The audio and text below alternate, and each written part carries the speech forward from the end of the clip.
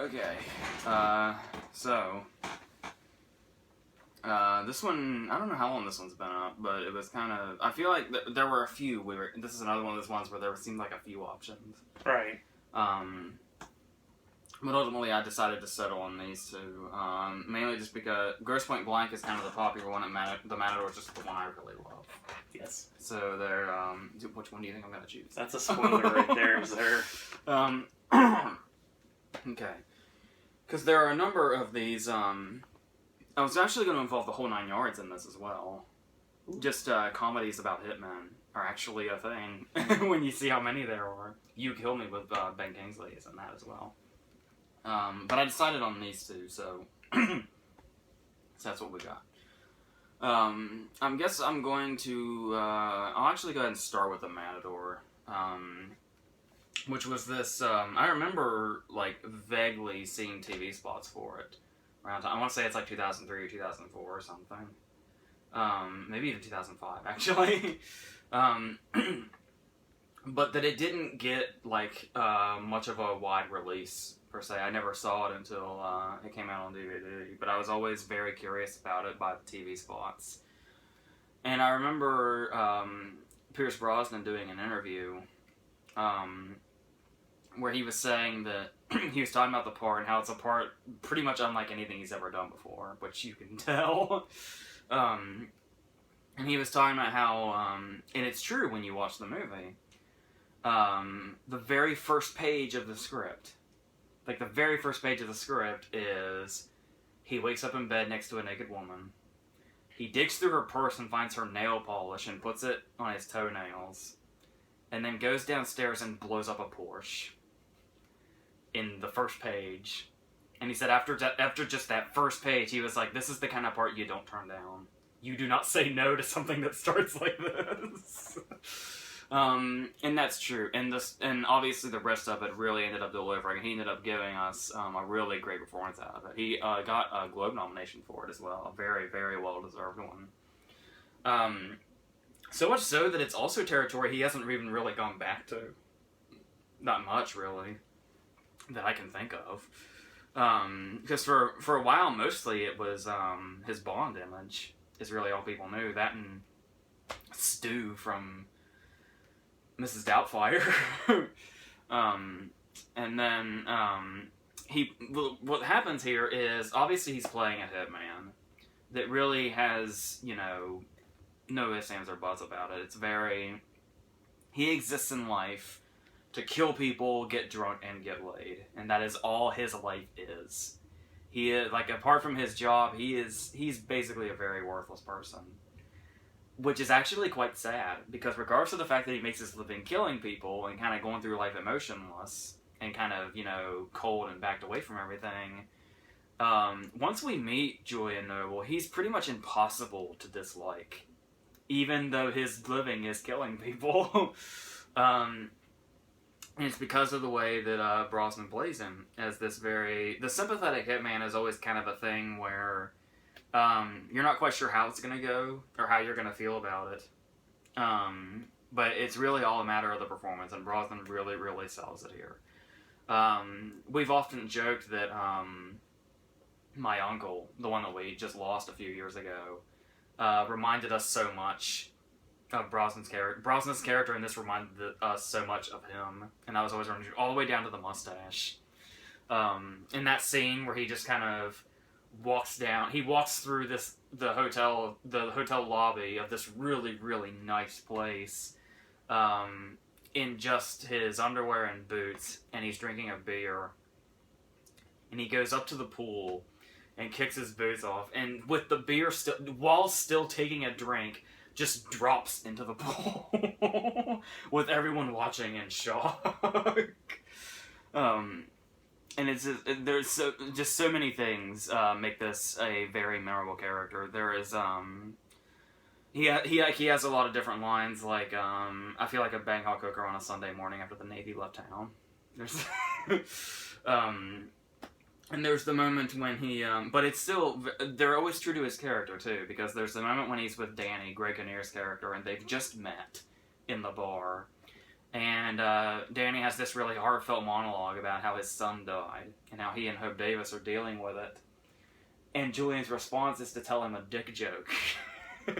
And it really offends him. And we learn that it's basically his defense mechanism when he's around emotion. And so there's that, but then there's also the scene where we learn that Philip Baker Hall is the guy that's giving him his assignments. And he says, oh, by the way, happy birthday. And we see Julian realize that it's his birthday, like he totally forgot about it. And it's just this really sad scene when he's in his hotel room, he's in a giant sombrero, he knows it's his birthday, and he's just so alone, and he's so lonely. And it's like, I don't care if the dude kills people, this is sad. It's sad to watch this person. Made even sadder when he decides to just treat himself to a whorehouse, because that's all he can do, and that's because that's all he has. And that ends up leading to the line when he first has kind of a tiff with Danny before they start to kind of make friends, and he's kind of trying to make up for it, and he's like, I'm very sorry, it's just I'm tired and I've been fornicating for the last 2 hours. It's and the way he sells that is really well, and his chemistry with Kinnear is very, very important to how this movie goes. And that's one of the absolute strongest aspects of the movie. Cause I'm under the impression Greg Kinnear can have chemistry with just about anybody. Like, I can't, like, a lot of his movies are, it's kind of him feeding off somebody and somebody feeding off him. And there's always kind of a camaraderie, or even like a group effort, like Little Miss Sunshine.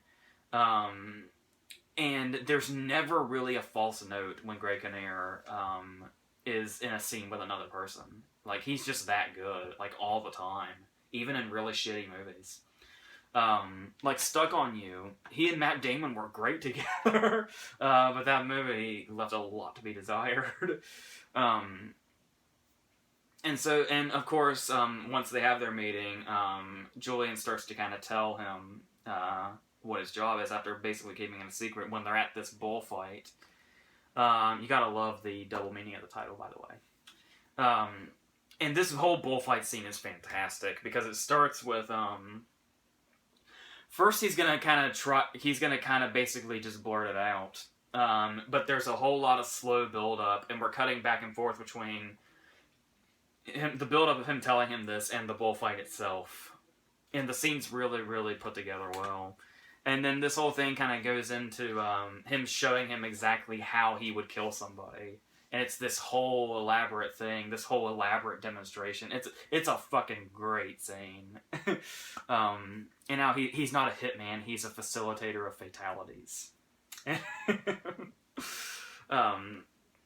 just that whole walkthrough scene. And the way the walkthrough scene happens is how it gets more and more intense too, because we already know that Julian's the killer, but Danny doesn't. And this is just a random dude that Danny pointed out, and he said, how would you kill that guy? Just at random.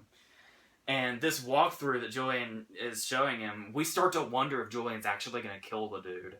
To the point that once he whips his knife out and everything, it starts to get really, really intense. And then just the way the whole scene plays out, it's just really, really great stuff.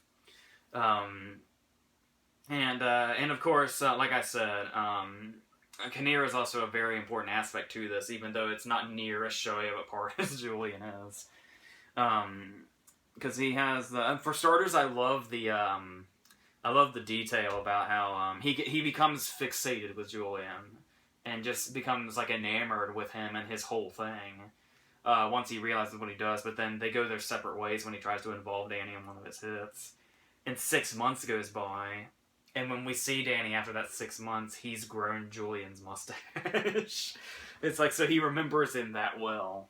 We learn also for a number of reasons why he remembers him as well, but the movie does a really good job of kind of keeping those under wraps until the right time to reveal them.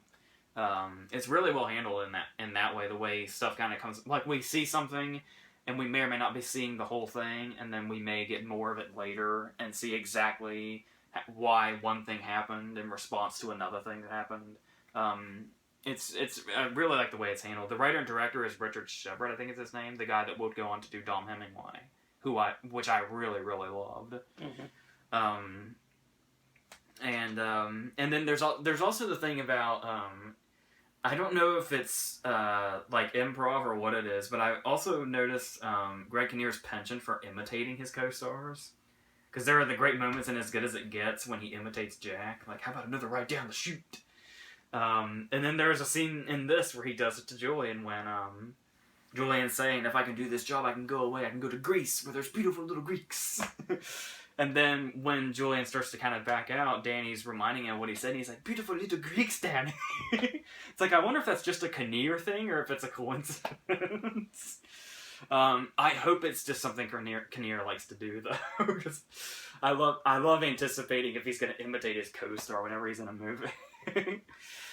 And Hope Davis obviously kind of, like, she's there for a while, and then she's not really part of the equation until the moment Julian shows up on their doorstep 6 months later. And then after that, she's kind of done. But she has some really good moments also. Like, there's like, she has some serious moments when she talks about their son, and we see where she's coming from that tragedy. But then there's the moment when, like, Julian shows up, and she's frustrated because she's the very, she's like a prudish type. And then when she sees Julian standing there, she's like, holy fuck, this is fucking crazy. Fuck. And then he's like, what are you doing? She's like, I'm allowed to curse. I'm allowed to curse. There's a fucking hitman in my fucking living room. And so she, with what little she's given, she manages to do all the good stuff also.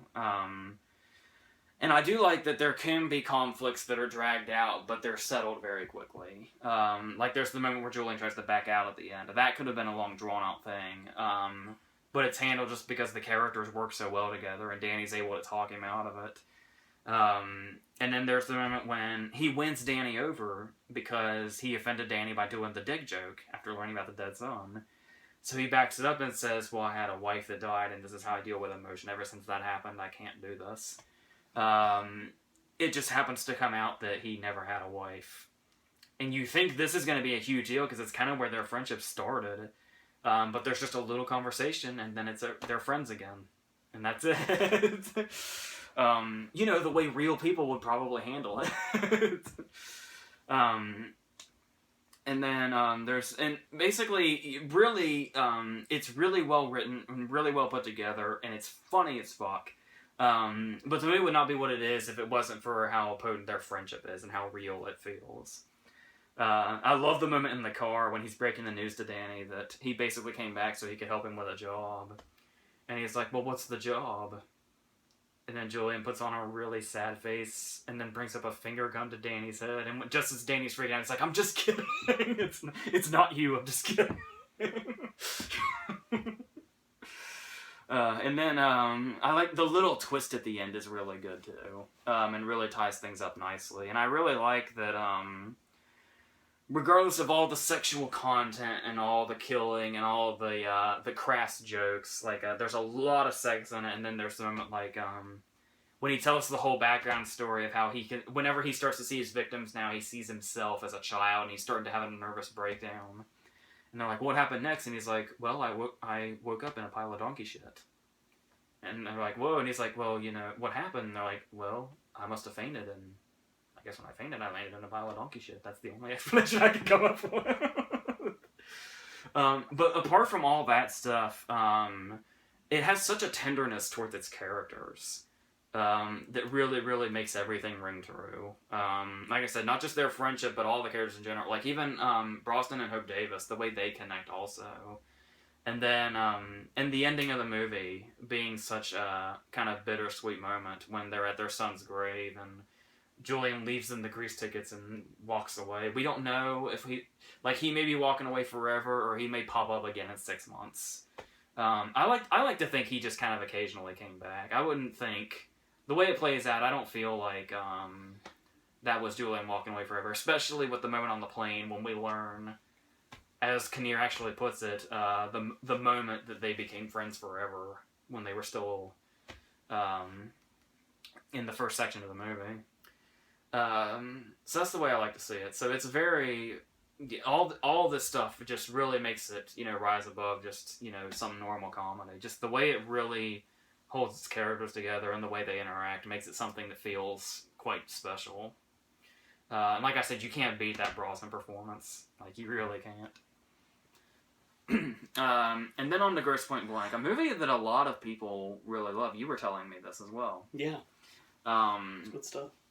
And yes, it is a very entertaining concept where this emotionless hitman comes back to his high school reunion after 10 years, and he may or may not be on a job at the time. Like, it just so happens it lines up, like, his colleague on the phone is Joan Cusack, who, of course, he has really good chemistry with, even when they're just on the phone.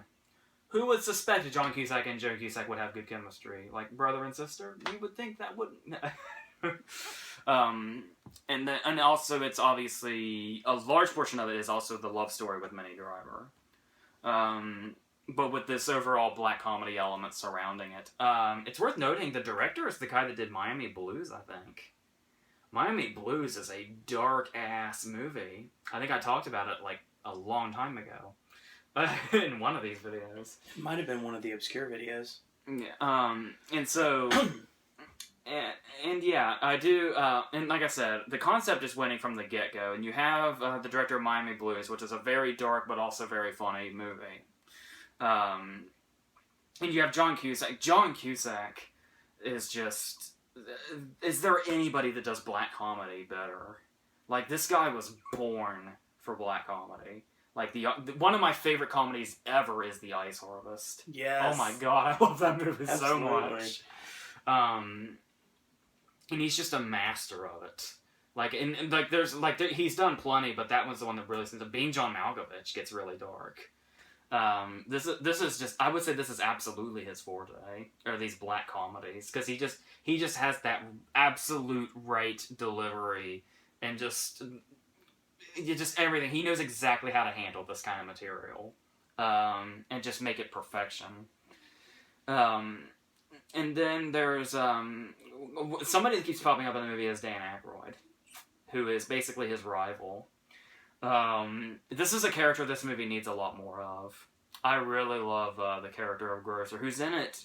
He's probably in this for, 10 minutes? It's about right. And, like, he's always the first thing I think of when somebody mentions this movie. Because he's basically the villain. And then, there's so many things that he accomplishes in this short amount of screen time. There's the popcorn thing. I'm still not quite sure what that is. I'm guessing the sound of popcorn and gunshots. Mm-hmm. I'm gonna guess. I believe John Cusack himself said that was Aykroyd ad-libbing when he did the popcorn thing. And I believe his exact words were, Aykroyd was ad-libbing, but it's my job as an actor to know that when a comedy genius like Dan Aykroyd is improving, your only job is to stay out of his way. Exactly. This character that he plays is he's Cusack's big rival in this business of killing people. And while he is good at killing people, the stealth of it is in no way his strong suit. Our introduction to him is him walking right up to his target on the street while Blank is up, like, trying to, snipe them off and stuff like that and, make clean getaways. Grosser just walks out of the door of the building they're in front of and just blows them all away in broad daylight. And then there's the moment when he goes into... And they actually make a joke out of it with Hank Azaria and the other guy following them around. And they're watching Grosser go into the diner where he confronts Cusack. And he's just got his gun in a brown bag that's on his hand. It's like the dude is has no concept of stealth whatsoever. The reason he's good at his job is because of how fucking crazy he is. Because regardless of stealth or not, if you send him after his target, the target's gonna get killed. That's the thing. And it's just really fun to see Dan Aykroyd play somebody off their rocker. Like he's screaming at Cusack and they're screaming at each other. And what's the one line he says where it's like, I'm gonna shoot you in the head and then fuck the bull. So weird. So good. Oh yeah, and that's the thing though, is the character is also really funny because he's always funny even when he's being totally insane. And even when people are getting the best of him, like when Hank Azaria and the guy kind of trick him into thinking Blank's coming, and he hides in the bathroom stall, and then they all just stand there, and he's like, "Oh fuck you guys," and he comes back when he knows he's been swindled. The movie needed a lot more of that character, I think, and I do like that it's kind of building up to an ending confrontation with him, though. So it's kind of like we're building up to him the whole time as he kind of periodically shows up throughout the movie. Alan Arkin's really good in this too. Like, he's another one that doesn't have as much screen time as I probably would have liked. Where he's Blank's psychiatrist who now knows that he has a hitman for a client, and he's living in constant paranoia because of it. It's just that seems like a tailor-made Arkin port. And it's very, I love the conversation about his dream where he's the Energizer Bunny. It's like, that bunny's somebody you do not want to be. Because he's just going and going, but he's not going to go anywhere. And there's still, okay, I know it's a very large portion of the movie. I'm not as into the Minnie Driver love story as I am the rest of the movie. Jeremy Piven has a good side role as well. But this whole concept of the hitman coming back to his high school reunion, I do think is a really great concept that they do handle. And Minnie Driver does make her scenes work. She is very, lovely and all that. But I just don't feel like it's as strong. It makes the movie not as strong as it could be. And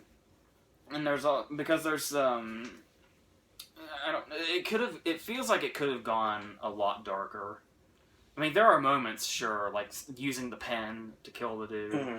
And like I said, there are a number of bodies in the movie for sure. But it's a movie that really feels like it could have gone a lot darker, especially being the guy that did Miami Blues, because that movie went all for it. I don't know if he just used up all of his edge when he made Miami Blues or what, but yeah, I feel like this movie could have gone a lot farther in the black comedy aspect of it. And there's still stuff like I like the use of soundtrack in it for the most part. I love the way as he's going up to the convenience store and Live and Let Die is playing, and then just as it really gets into the song, he walks into the convenience store, and then you can still hear it in the background, but it's like music on the intercom. I really like that use of it. And kind of the way he kind of toys with it throughout the movie, where the whole thing is at your high school reunion, what have you been doing for the past 10 years? And it's always, the joke is always underlying that, I kill people. Or, what was it, like, I assassinated the president of Hungary or something, he says. And so, and this kind of ongoing thing throughout the movie where he's just kind of just saying willy-nilly what he does. And it's either people think it's a joke and they laugh, or they just go along with it and it's not a big deal. I like that it's either one or the other. So yeah, and especially the scene with Mitchell Ryan, which brings us to the point of, I do kind of like, that it kind of becomes a him and Grosser face-off to end it. But at the same time, the whole Mitchell Ryan plot where it's him that's supposed to be assassinated, I feel like if we had met that character more than once throughout the movie, it would have felt a little less contrived. But we did. It's just like, oh yeah, this is her dad, and they know each other, and they meet, and then it's just, you don't really ever suspect that he's going to be a plot point because it doesn't really seem all that necessary.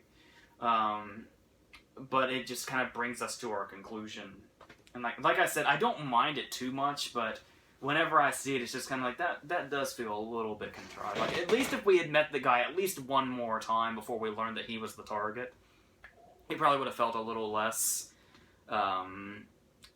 put together by a script. But it's still good overall, and there are definitely some clever moments in it. Like I said, Cusack cannot be beat in the black comedy genre. But overall, I just feel like it feels like it didn't quite go like as far as it could have. Like, it feels like it's just falling short of something it really could have been.